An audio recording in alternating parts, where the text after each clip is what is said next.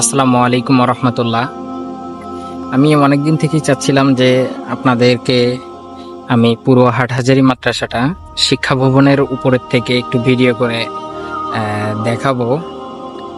আসলে আমি সময় পাচ্ছিলাম না, আজকে একটু সুযোগ বের করছি আর কি।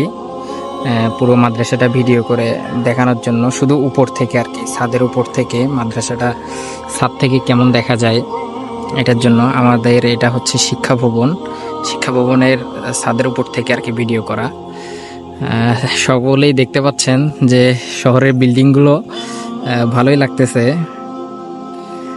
সাথে এই যে এটা হচ্ছে মাদ্রাসা, আর এটা মাদ্রাসার বড় মসজিদ আর কি।